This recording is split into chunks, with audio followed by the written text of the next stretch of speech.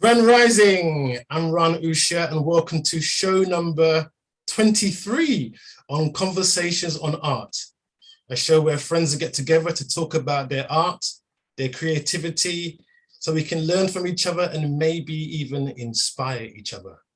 Today on the show, I have Coach Eyez. Grand Rising, Coach Eyez.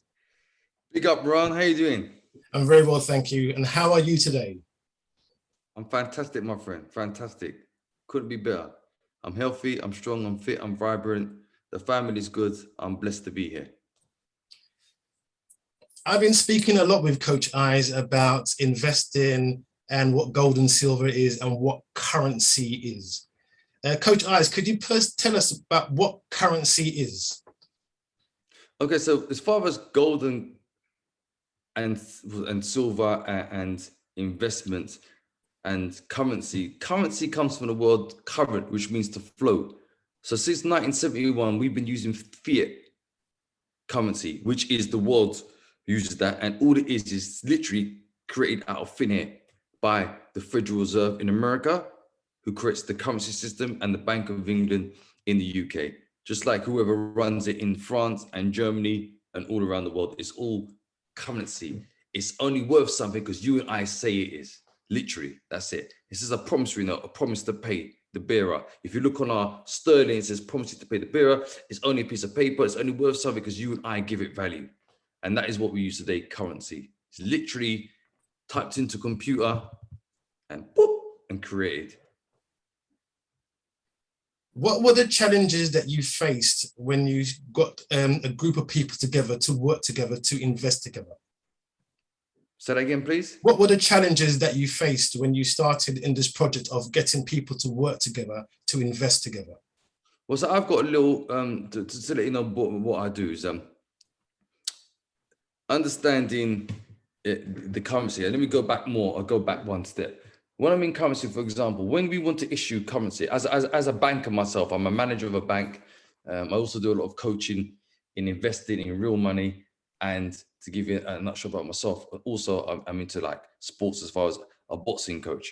But as far as investing and online marketing, these are the things I do to generate money. So I'm quite an entrepreneur outside of my 9 to 5, which I enjoy very much. But what it is, I thought to myself that when this country needs to issue money, just like they do in America, what they do, the government, being parliament in this country, they will get a government bond and then they will give it to the Bank of England. The Bank of England will then get the government, which is signed.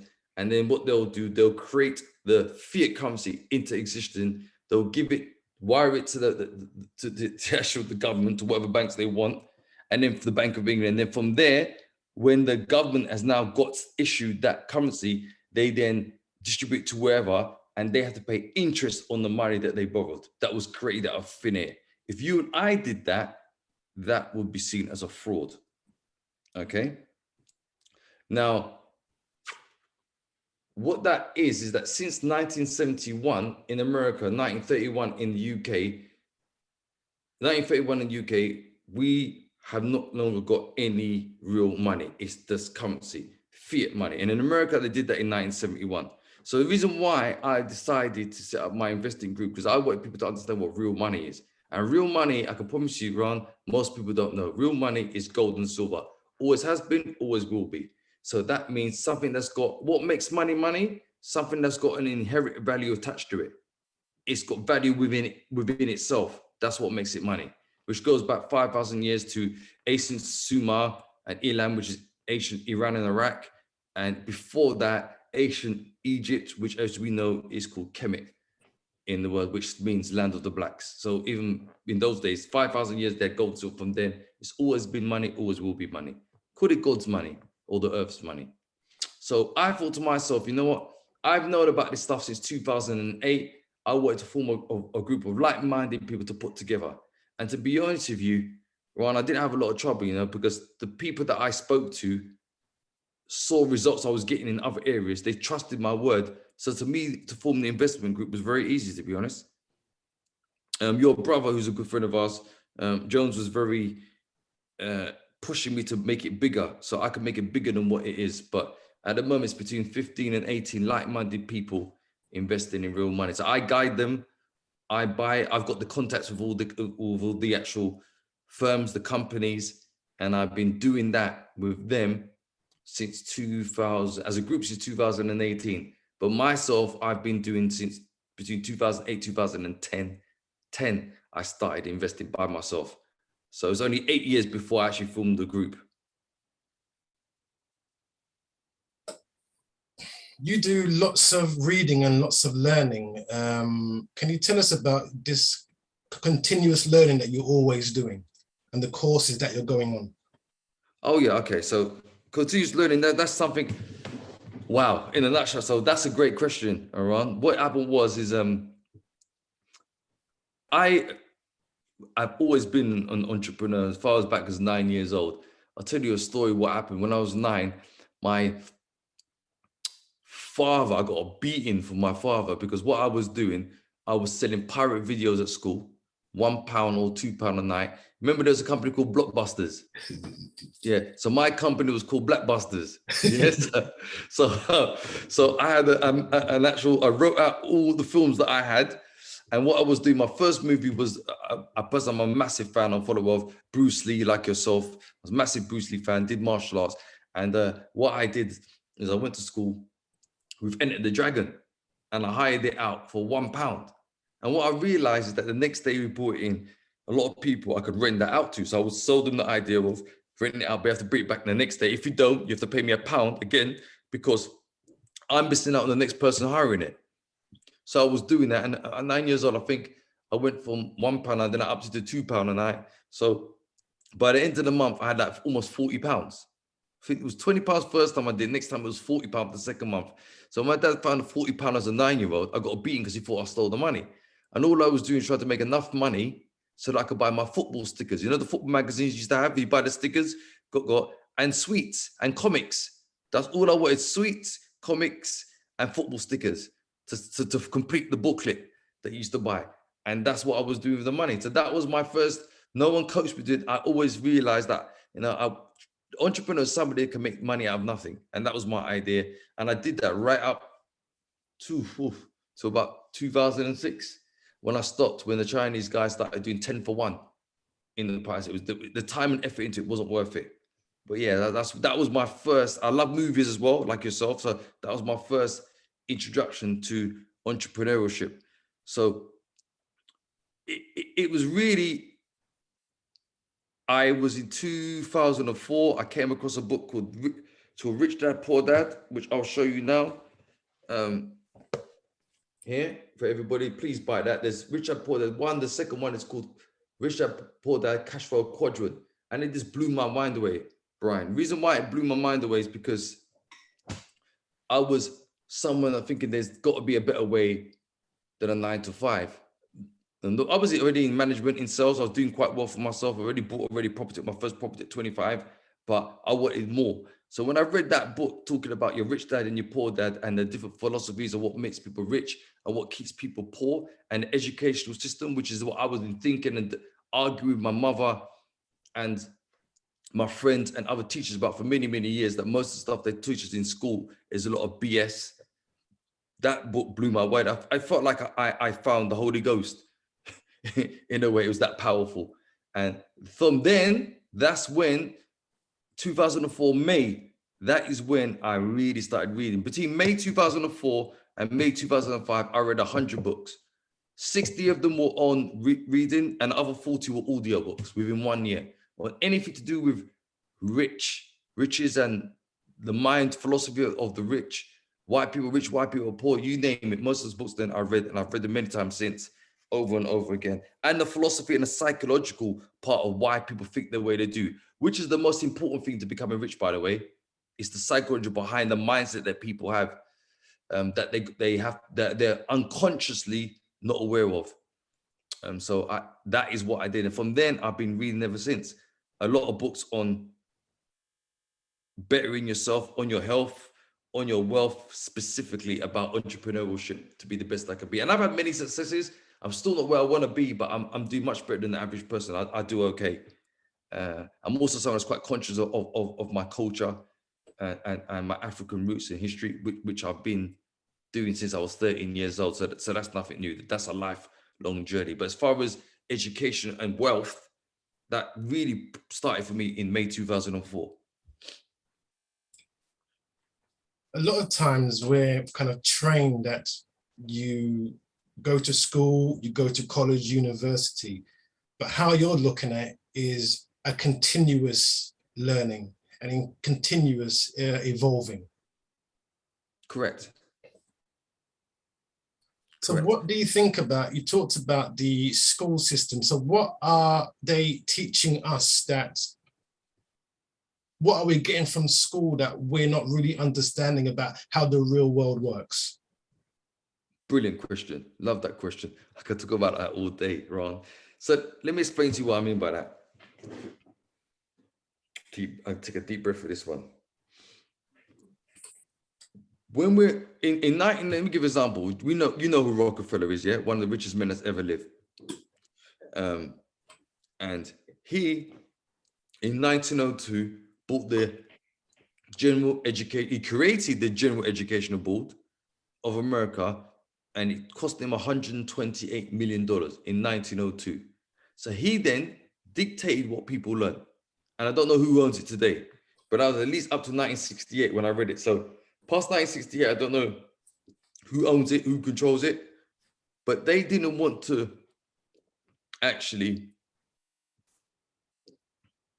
teach people how to be free and entrepreneurial and free thinkers.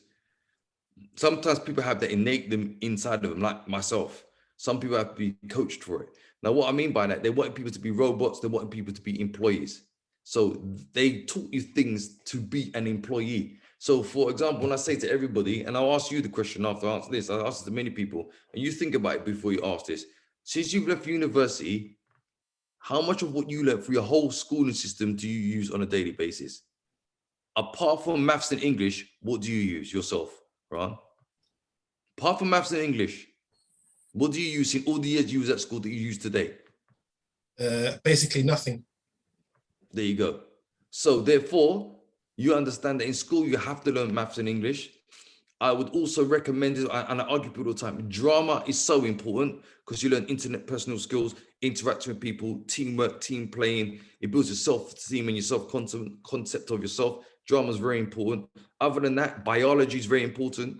Depending on who teaches you biology, but biology is very important because it teaches you about your body and your health, your mind, your heart.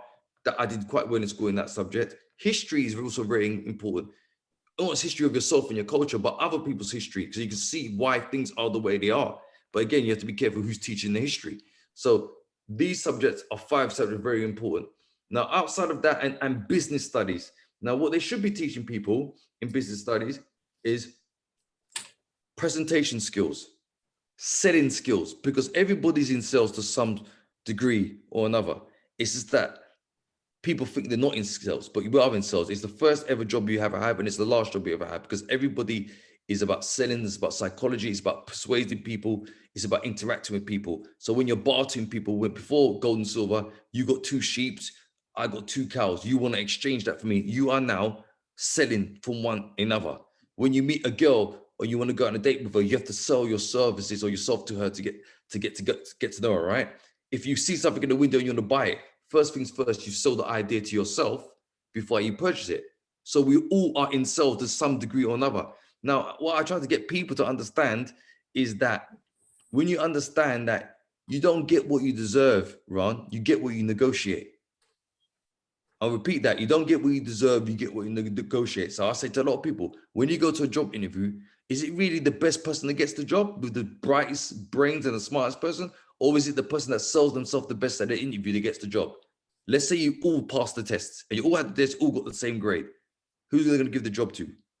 No, you don't know how good you are until you actually get in the job. That's why you have a probational period. So therefore, it's the person that sells themselves that gets the job. You don't get taught none of these things in school. Selling each other, CV, presenting yourself. What's a good debt and a bad debt? Good debt puts money in your pocket. A bad debt takes money out of it. So when people make a lot of currency, it's using its right context, not money. They'll go buy depreciating assets like TV, like cars. And this is an antique car, but they'll buy not even jewelry. They'll buy things like lots of clothes, shoes, bags, material items that are not worth anything. Instead of saying, let me get real money, gold and silver. Let me buy some houses. Let me look into oil. Let me, if I'm going to rent out these houses, let me rent it out to students or university students near a school or college. Let me buy royalties. Let me buy comics. Things that most people don't think these ways, because you're set up in school to be average, and they promote consciously and subconsciously fear into everything we do just by watching the television. Fear, negativity upon negativity upon negativity. And as you know, more so than anything, even though your mother and fathers are your first teachers, and I had two excellent parents, by the way, that raised two highly self-esteemed and high self-concept children. My mother was a psychology lecturer, my dad was a BT engineer. So I come from an average financial background, but I never suffered with extreme means of poverty or anything like that. But my parents were very hardworking employees that told me that I can do whatever I want. I was always promoted through positivity, and I did very well in sports. So did my younger brother. But at the same time, they were still employees, if that makes sense. But they very pushed me very much to achieve what I want to do. And I had a lot of nice things as a young child. So I always know the value of nice things. So subconsciously, you're learning from your parents and consciously seeing nice things around you, seeing them work hard and buy nice things. So I had designer clothes from a young age, but still at the same time, they were still doing a 9 to 5. Yeah. Anytime between maybe 1 or 6 months from being broke. So my point is, within the schooling system, if they was to teach more free thinking, and you could do anything you want to achieve and put all these things out there in a schooling system and teach you how to understand good debt, bad debt, what's an asset, what's a liability, I'm talking from 9 years old, they should start this, maybe even younger, from 7, the world will be a totally different pace. But what they do, they just feed you with nothing but lies, deceit, and fear. So people actually the average person is just fearful of everything. Look what's going on now.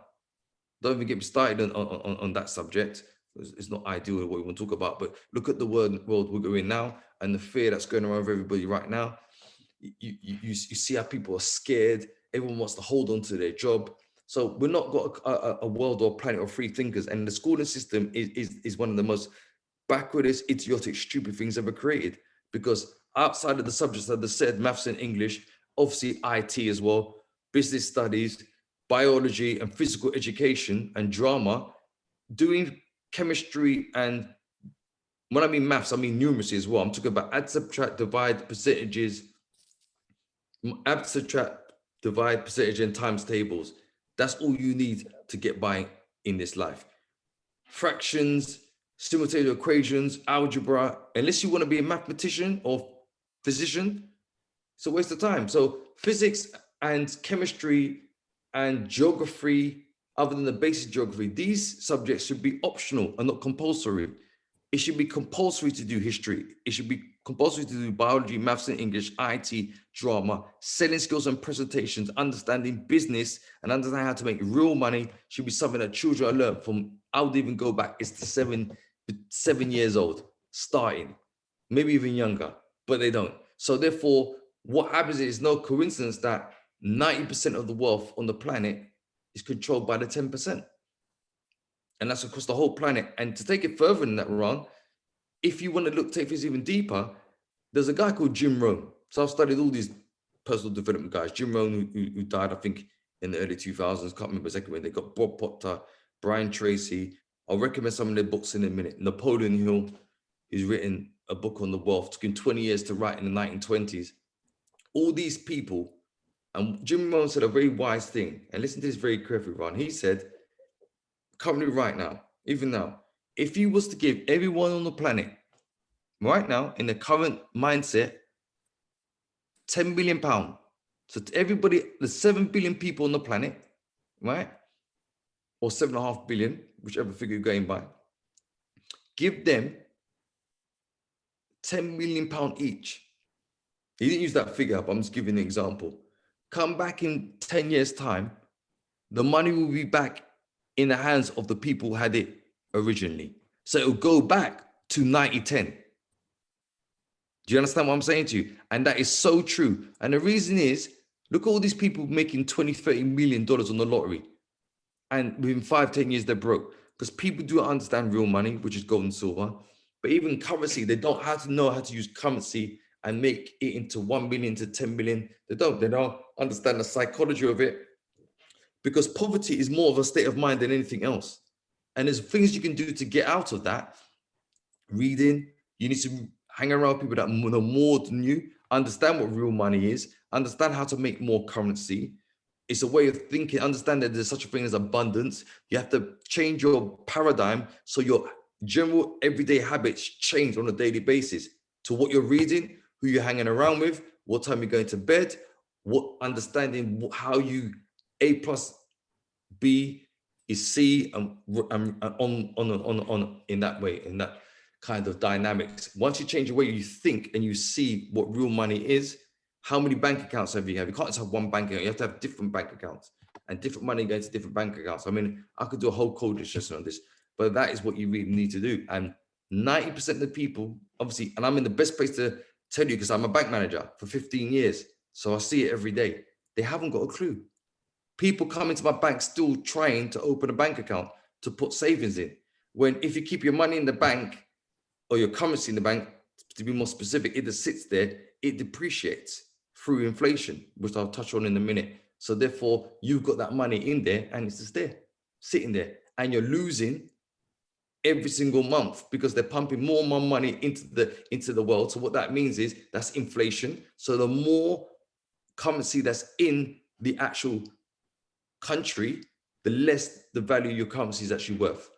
That's inflation. So the price of bread this year is £1, next year is £1.20. You've kept that money, so your currency is actually worth less. And that's the expansion. When it's contraction, that becomes deflation. People stop spending, they're fearful what's going on, and the currency stops circulating, which is even worse. Then the whole economy can come to a halt because no one wants to spend their currency, and prices will drop. And that's inflation, deflation. Then you've got stagnation. That's when the actual currency doesn't move, it's stuck. We're not actually going anywhere. And then you've got in deflation, the last one, where some things are going up in price, some things are going down in price. So watch out for the inflation. It's the silence tax on your actual currency that you have. So in a nutshell, you got £10,000 in your bank. You've had it there for 5 years. The Bank of England base rate hasn't hit 1% since 2008. So therefore, what will happen is sit there and the currency in your bank is not worth what it was worth 5 years ago. People still getting paid the same wages they were 10, 12 years ago.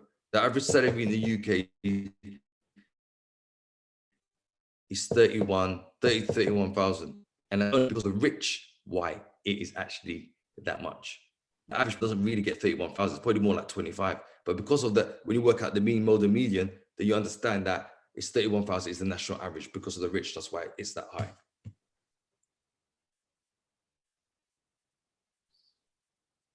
You talked about the power of the unconscious mind and of limiting self-beliefs. Could you go into that, please?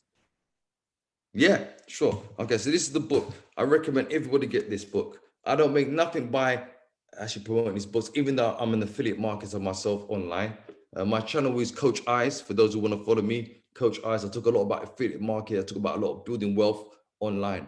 So follow me, Coach Eyez, on YouTube. So here we go. It's Power of the Subconscious Mind by the brilliant Dr. Joseph Murphy. I recommend this book to so many people and they've told me, Eyez, thank you very much. It has changed my life. Now, I'm lucky, like I told you, I'm blessed parents. My mother was a psychology lecturer at schools and college and universities. So because of that, I've been able to start reading things on psychology at the age of 17. So I've known about the subconscious mind since about then, but not really into a lot of depth.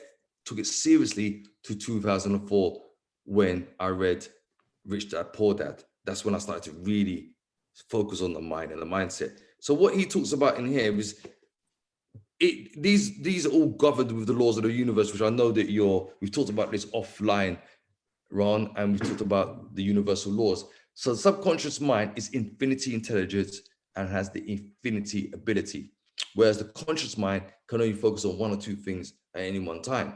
So the subconscious leads the conscious, of everything you do and how you see the world.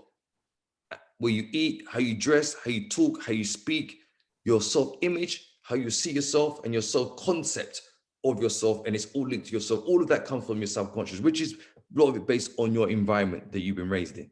So a lot of the things you have from your parents. So if, for example, if you look at myself, I give myself examples.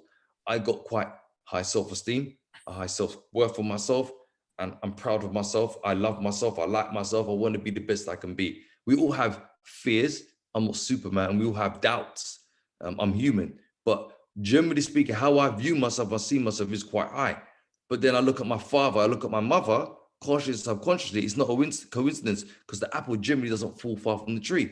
When you see children with low self-esteem that I've coached through track and field and boxing athletics, I can't do this, I can't do this, I can't do that, it's not gonna work, I'll never be able to do it. When show me your friends and show me who you are, or the birds of a feather flock together, the apple don't fall from the tree. These are all wise sayings that are very true.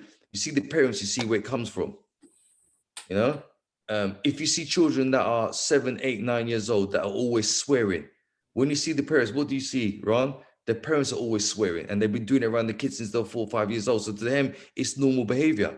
Monkey see, monkey do. So therefore, your subconscious mind picks up things consciously and subconsciously, and you not even know you're aware of it. So if you've got 2 positive people who tell you that you can achieve anything you want, you can, if you want to, I'm talking more business skills, because when we get into sport, even though you have to have the discipline, a lot of things are genetics. So doesn't matter how hard you train, if you're not fast, you will never be fast.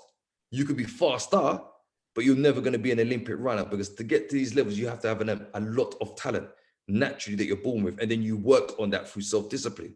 So there are 2 things you need. But if you're got slow fiber twitch muscles, you're never going to be a sprinter. It's impossible, because you're not genetically made that way. But when I'm talking about just life financially being the best you could be, living in the house you want to live in, studying what you want to study, having the girlfriend that you want, going to the countries that you want, having all nice, wonderful things is achievable for everybody, every human being, because we all can achieve great things, unless you've got chronic disabilities, which allows you to have a 24-hour carer. But that aside, there's no reason why you can't achieve great things as far as business is concerned. And that comes from your self-discipline, how you're raised, very much so. If you're raised in an environment where to be rich is a given, and it's expected that you can speak 5 languages, it's expected that you have to do 100 press-ups a day, it's expected that you finish all your homework by 7 o'clock, it's expected that you're able to run a business and you understand everything there is about profit, loss, assets, good debt, bad debt, by the time you're 9 years old, and it's expected and you're raised in that environment. What do you think is going to happen, Ron? Of course, you're going to deliver, aren't you? Because as children, you're like a sponge and you absorb everything, whether it's good or bad, consciously and subconsciously. So if you are not consciously and subconsciously achieving, and you are struggling in every area of your life, you have to work on your subconscious mind. Because if you constantly think about negative things, you bring more negativity things into your life. If you think about positive things, you will think more positive things into your life. And just to go into a story to tell you who you know as well, is a good friend of mine, like my brother. His name is David Abra. He give you an example about the mind to understand what I'm talking about. This is a fact, true story. So David Abra is someone who was friends at school from the age of like 10, 11 years old. Same schooling, middle school, high school, same college, same university. We lived in the same area, 15-minute walk from each other. Okay, same circle of friends.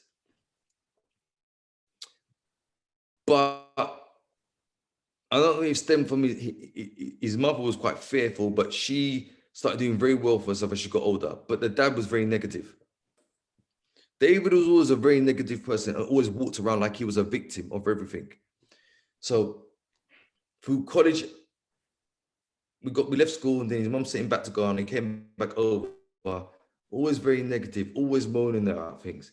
We had the same job in Savory Center. Then when I was in Orange, I left Orange as the manager, and I got headhunted to go to Phones for You. He was there as the assistant manager. He messed it up. He always worked, but he was always thinking about instant gratification, doing things he shouldn't be doing. I'm a victim, I'm owed this, I'm owed that. So he was all things are always going wrong. I said, but none of these things seem to happen to me. I keep telling him from then, just change the way you think, because you focus so much on negative.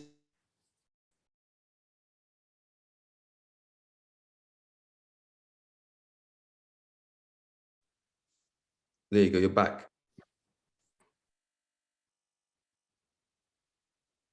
You're back. You were saying you were at the point You hear me? where focused on the negativity. Can you hear me? I can hear you fine, yes. Recording.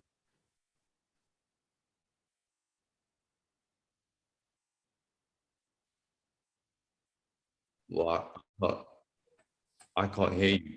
Can you hear me? I can't hear you. I can't hear you.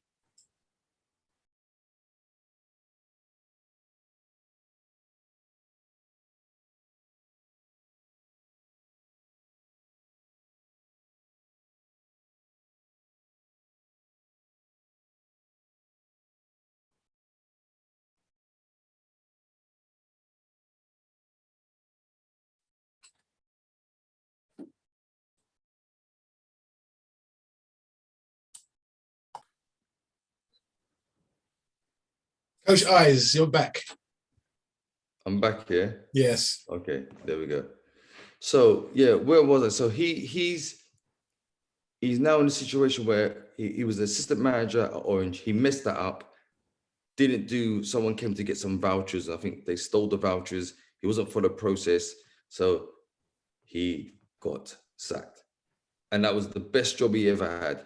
After that, he was doing a lot of low-paying jobs, low self-esteem, low confidence. I'd done a lot to help that boy. He was like my brother. We were friends for a long time, even though we're very different how we looked on the world planet, because he was funny, he was loyal, he was kind, he was generous. So this is what made our friend, we went to school to each other. That's what made us so tight like brothers. But as far as how we looked on the life, entrepreneurship, and wanting to better ourselves, I was always carrying him. And it was very sad to see he got diabetes in 2011. He got diabetes in 2011 after I told him to change his diet around. He never listened. So then his fingers have been, two of his fingers have been amputated. His teeth are dropped out. Now he's lying in the bed in Woking, and he hasn't walked for 2 years. Not even tried to walk for 2 years. He became quite inconstant on himself, and it's very sad. It's very upsetting to me, to be honest with you, Ron. But it just shows you that his heart is strong, but he's not even trying to walk and make the best out of life. And this is someone in their 40s. And so he lived in the home in Woking, only see his mother and his sisters occasionally. Just literally he's been on his back for 2 years. So it just shows you about somebody, of how they think. Always so much stuff was happening to that guy, and he never listened to anything I said. So guys, I'm telling you, you don't realize how powerful your mind is. This book again, The Power of the Subconscious Mind by Dr. Joseph Murphy, is a book you need to actually read. He talks about self-healing in there. Let me just give you a few of these, the different titles to let you know. It says here, The Right to Be Rich. It's got here, How to Get the Results That You Want, The Subconscious Mind and Your Happiness, The Subconscious Mind for Forgiveness, The Subconscious Mind for removes mental blocks, The Subconscious Mind to remove fear, How to Stay Young in Spirit Forever. These are the different chapters. The Subconscious Mind and the Wonders of Sleep, The Subconscious Mind and Partner in Success. It's one of the best books I've ever written. Mental Healings in Ancient Times, Mental Healings in Modern Times, The Treasure House Within You, How the Mind Works. I mean, these things, if they were teaching this to kids in school, Ron, you would have so much fear and doubt and, you know, this is not going to work, that's not going to work. It's terrible because I don't think like most people. And this is why I always used to think that everyone else was weird, Ron. But what I've realized is that no, everyone else is normal. I'm the weird one, because I think like the 10%. Now, I'm not financially a millionaire yet. As I said, I do much better than the average person through these things of putting in. And I had very good parents growing up. But I know that I'm worthy of nice things. I know that I'm deserving of nice things. And I think positive and put positive energy in there. And to my age now, I've had a very good life. So if I was to pass away tomorrow, We've been friends for over 20 years. Remember, I told you that Coach Eyez has had a very good life, and I've got a lot more things to achieve. And I pass these things that I've learned. Now, this is the key here, Ron, onto my children, which are 7 and 3. You know, so we have to be very conscious of the words we use around our children. It's not going to work. You can't do this. You can't do that. My son already is 3, and he's telling me things like, I can't. He didn't hear that from me. He didn't hear that from his mum. But we're in an environment where he goes to the nursery and picks up these things. He's 3, and he's telling me he can't.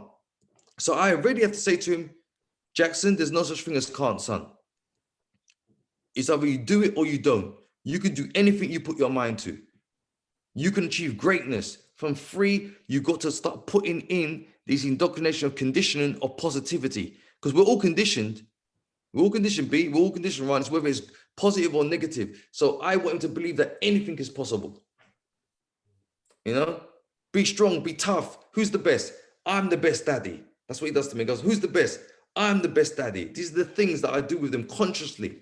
And I'm already teaching my daughter. We play shops on Saturdays and Sundays, and she'll say to me things like, okay, come into my shop. These are all the things that I'm selling. Like, she doesn't do this in drama, but it's like drama. Pretend, make things up. Yes, I've got this going for £1,000. Would you like to buy it? Oh, brilliant. I like that. How much does it cost? These kinds of things. So she understands that she has to be able to sell herself the best, because you can go to jobs that people that are smarter than you. It doesn't mean they're betting you at selling yourself, because the person who gets the job is the person that sells themselves the best, and you get what you negotiate. You don't get what you deserve. And I learned that from Don King.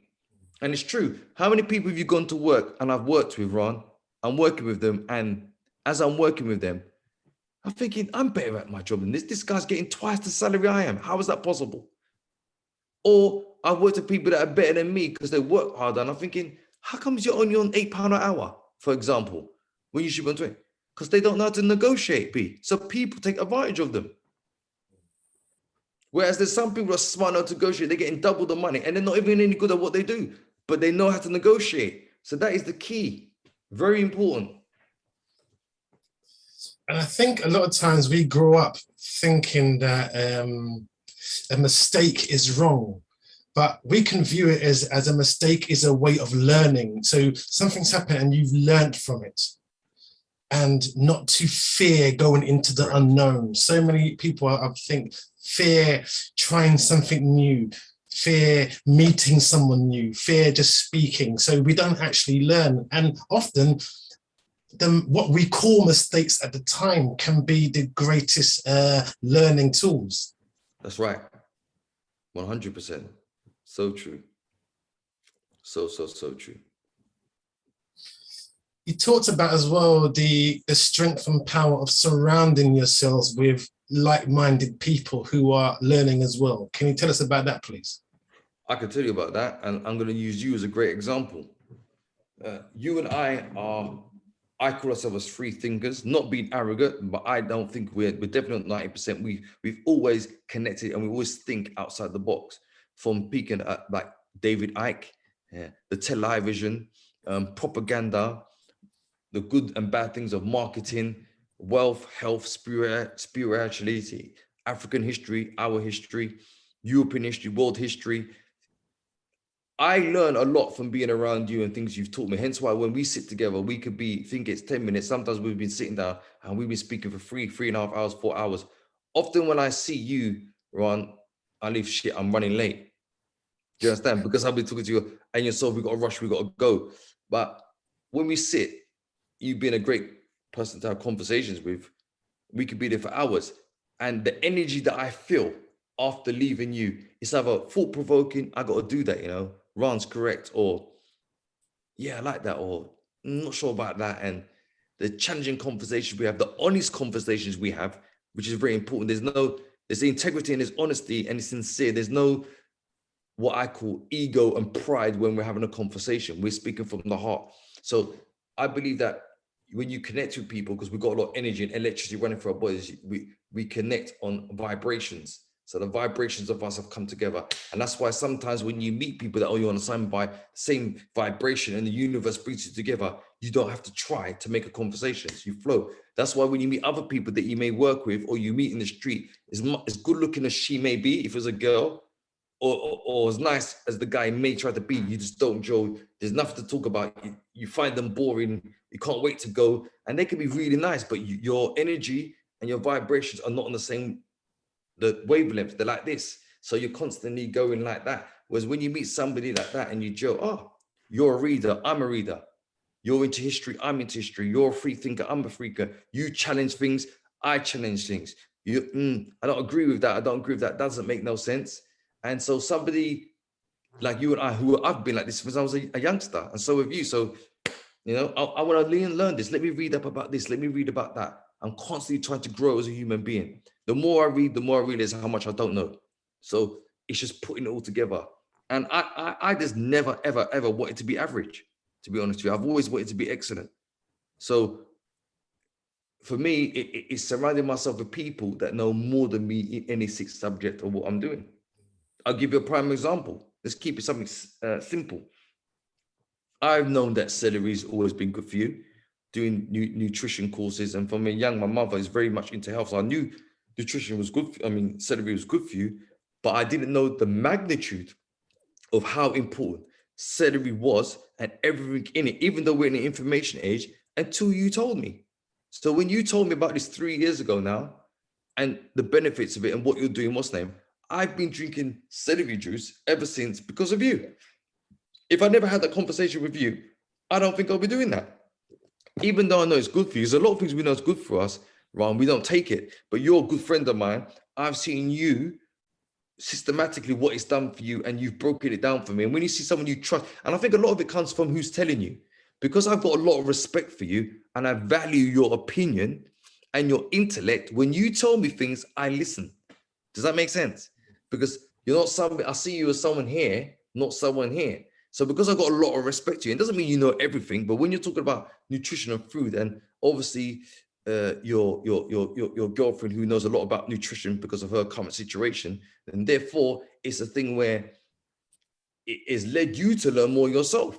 So knowledge spreads to the right people, and then they spread it so much. So since you told me that, I've told hundreds of people about celery. I've done research on it. I've read articles on it after you sent me that information. And that's a prime example of spreading knowledge and talking to like-minded people with people who are on your wavelength. And that's what I mean by learning from you. It's got nothing to do with money, but it's very, very important. And it's actually more important than money, because your health comes before everything. Your family, your children, your loved ones. And they say, oh, it doesn't become family. I said, think about it. Your health is the most important thing, more than anything on this planet.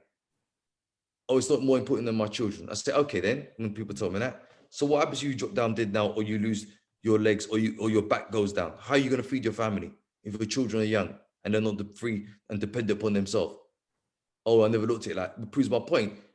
Charity starts at home. You got to look after yourself first before you look after everybody else. So you told me, since you've taken celery now, that you haven't had a cold or cough in 3 years. Isn't that correct? Especially when well, it all started when I gave up the dairy, and then I learned about most people from the African diaspora couldn't take dairy anyway. And I realized, and it's something as well that, of course, in school we were all given this milk, and so told milk was good for you and so on. And I think a lot of it comes about us having to unlearn a lot of the indoctrination that went into us. And it's remarkable when you think about it, Coach Eyez, that this mind, which is with us all the time, we're not taught anything about it, the functions of it, how it can work, and what it does on with you, something that you have. And I don't think I had a day in school where it was even spoken about. There you go. That's quite extraordinary, really, if you think about it. There you go. And you went to William Penn, which is one of the roughest schools in London, period, in the 80s and 90s, and you've come out very well on the other side. But a lot of the people that went to those schools and schools that we know in South London, Ron, they're either in jail, sick, mental issues, not well, and just struggling through life. And these kinds of teaching, especially that book and the books we're talking, could save a lot of people. because how you think has got a lot to do with how you turn out in every aspect of your life. It's so, so, so important. But all they want to do is feed children with fear and BS and nonsense on the television, all kinds of this immoral, disgusting things. I find it very disturbing. So I'm very careful what my children watch. Do you know what, Coach Eyez? I think that's all day we're getting indoctrinated by advertisements that we see on the road, on the TV, in the newspaper. We're bombarded constantly. And I think that the more you learn about yourself, it kind of gives you kind of energetic field where you're no longer drawn in by it. You 100%. You can sit back and go, okay, let me go into this a bit further. And I think what you're saying is that in school, you're taught, but you're not taught how to think for yourself. What is, how do I find information out for myself? And also information which may not be in the current education system, which I think is valuable. I mean, you turned me on to lots of books on African history, which I had no idea about. Yeah. And reading those, the sense of self which comes from it, I think it empowers you in a few ways. It empowers your sense of self about who you are. It empowers your sense of self about you're more than what you've been told through these many years, even from your parents and indoctrination, which they got as well. Mm-hmm. And also, I think it arms you in regards to now I can step forward in this new way of being. Yes. Yes, 1,000,000%. And to just touch on what you're saying, because with us, if you're someone from the African diaspora, so if you're African descent, everything I said on this actual call so far applies to everybody. But what I'm about to say just now applies to specifically people from African descent, is that because of white supremacy and the amount of racism that we've had to be subject to in the Western Hemisphere, our self-concept and self-image has to be taught through African history books. So everything I said up to that part, that's for everybody. That part there is separate. So what we have to do is read things about our history and our culture, like you just said. So a book like When We Ruled by Robin Walker is a brilliant book to read. It tells you about the rich African history that we have as a people. Because if you remove, they try to remove us from the history books, but if you look on it on a simple level, 25 dynasties in Egypt, which is Kemet, which is the land of the blacks. So the people that are there now, they came there in 639 AD. So it's not officially their land. And then you look at the Asian empires of Ghana, the richest man that's ever lived is a man called Mansa Musa from Mali, not Bill Gates, Elon Musk, or what's the other one, Warren Buffett, or Rockefeller, or Rothschilds. They can't touch Mansa Musa. He's today is still the richest man that's ever lived.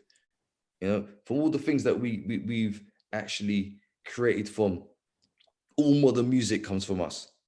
You know, the prototype for the traffic lights, the straighten and co, Lewis Latimer, the light bulb system from him. That's just a few that I can think of my head. I think the ironing board and so many patents that we put into place. So many things in the house that we use on a daily basis is people from African descent, but they want to tell you that you're monkeys or you're criminals, all you can do is sell drugs. And opera, jazz, rock and roll, all of it.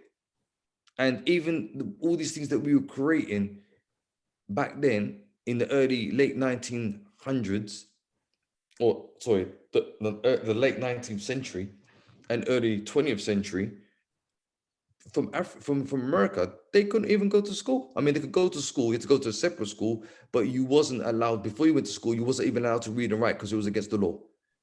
And at that time, they were creating these kinds of technology and these kinds of actual things that needed to be in-house to actually put together. And we wasn't even allowed, some of them couldn't even read and write at that time. So when you look at us as a people, we're phenomenal people. And like everybody else, our place in history should be there. And it is there, but they try to take it out. And that's why you have to, it's so, so important. You have to teach your children. That's why you get this black on black crime like you do. I'm not saying it's worse. It's not as bad as they make it out to be. They make it a lot worse than it is, but it's there. And a lot of that comes through self-hate and no love.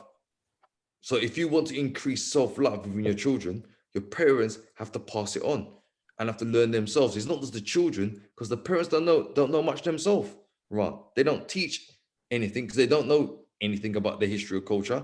And a lot of them are not even interested, unfortunately. So with Robin Walker, who was my teacher, what happened was in his class, and he said to me, I'll get many people to come back next week. He said, you're going to struggle because most people don't want to know. They're too caught up in the system. I said, no, they're not. I said, I can get 20 people. I said, I'll give you 2 weeks to bring, what did he say? How many people are going to bring that you can't get 10 to 20 people to come, 10 people to come in 14 days. Bet. So I betted him £10. 2 weeks have passed. I got 4 people to come. He said, see, I told you, it will take you months, because people that you think, even people that talk that they're really interested and they want to have a conversation because ego and pride is involved. But when it actually comes to doing the course, they're not going to put their money in their mouth and turn up. And to do this course, which was so much money for 1 year, the introduction to Black History Studies, Ryan, was 100, I think it was £100 from January to September. And I only got 4 people to come. Five people to come. That's how bad it was. So I lost.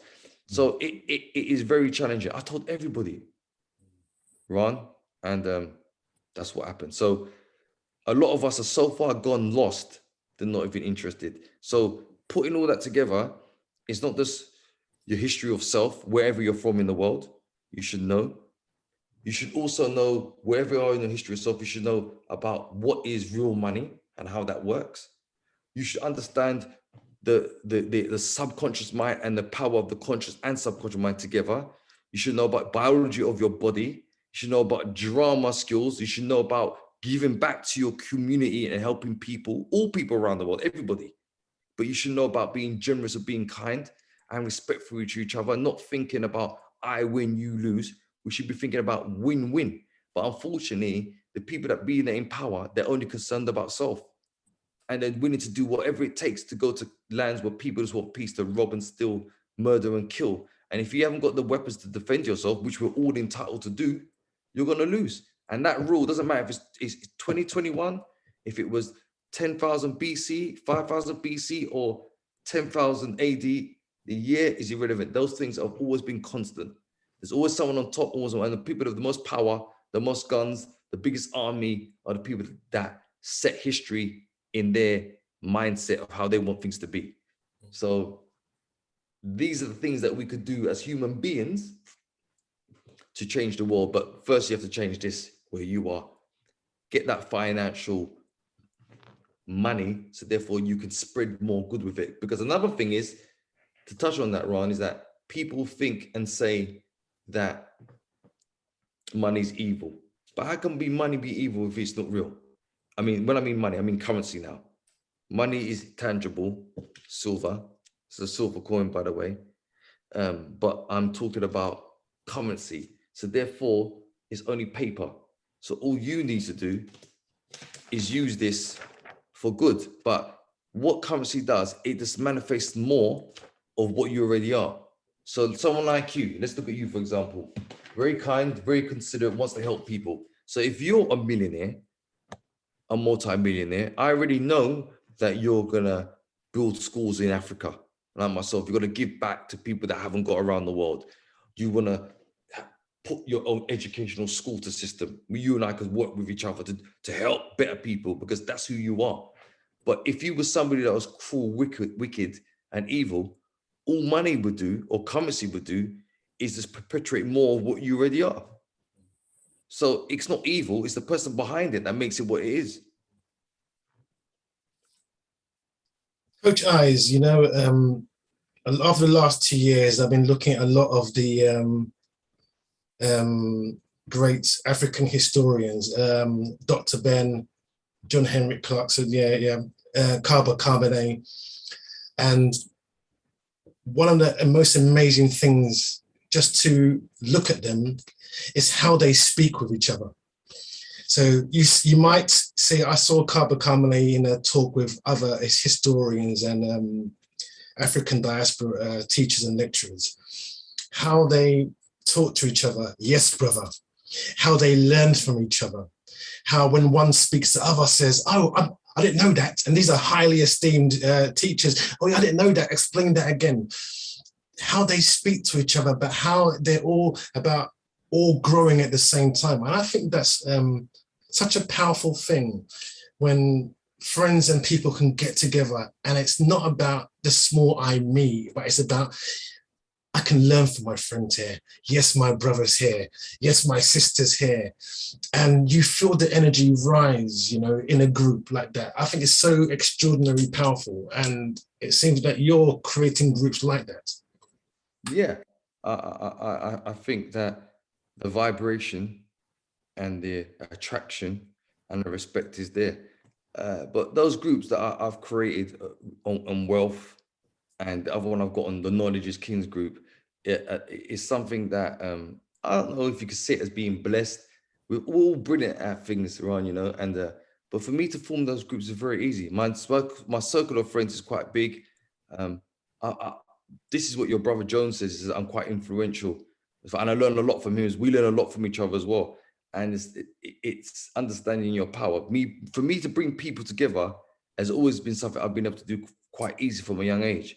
So if there was a party or gathering, you know, I used to do the football matches, come play football. So if it's football, if it was a boxing show, if it was a event at my house, or if it was a thing to do with health, wealth, money, I'm respected, so people will come. So putting that group together for the business was very easy. And forming the Knowledge Cream group, again, it was very easy. And I've kept it quite small. So I haven't told everybody about it purposely.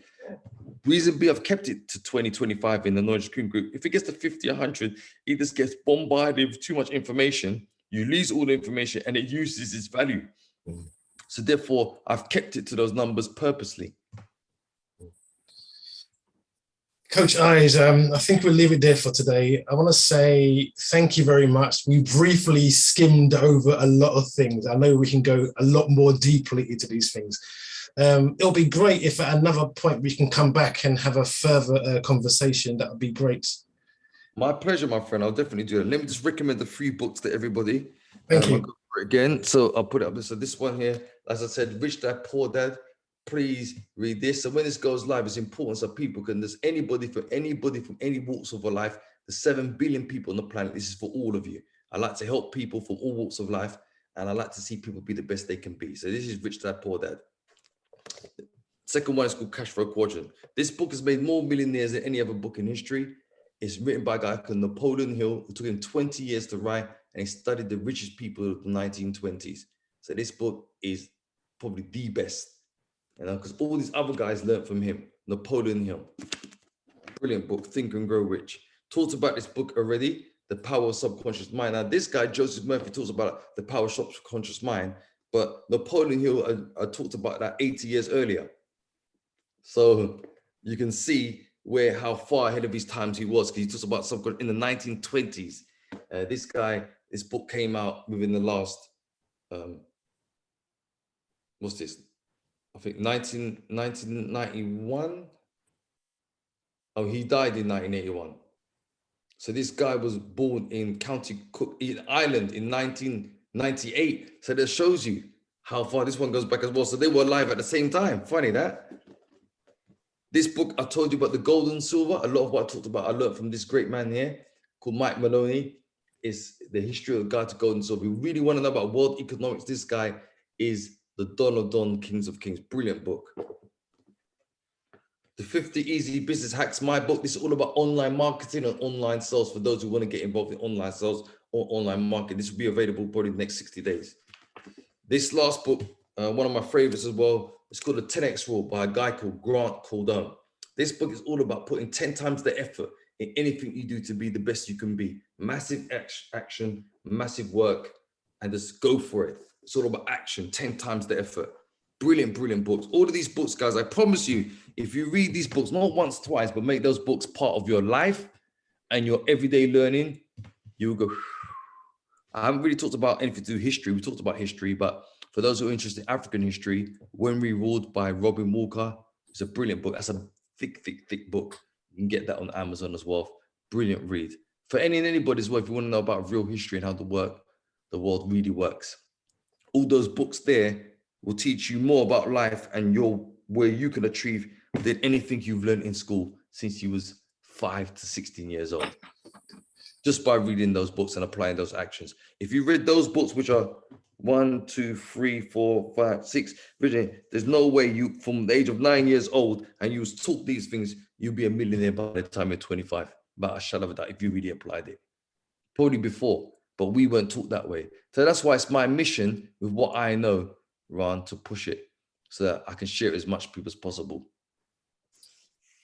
Coach Eyez, thank you very much. Maybe it's an idea that maybe we can get together and meet and do a book club and read these things together.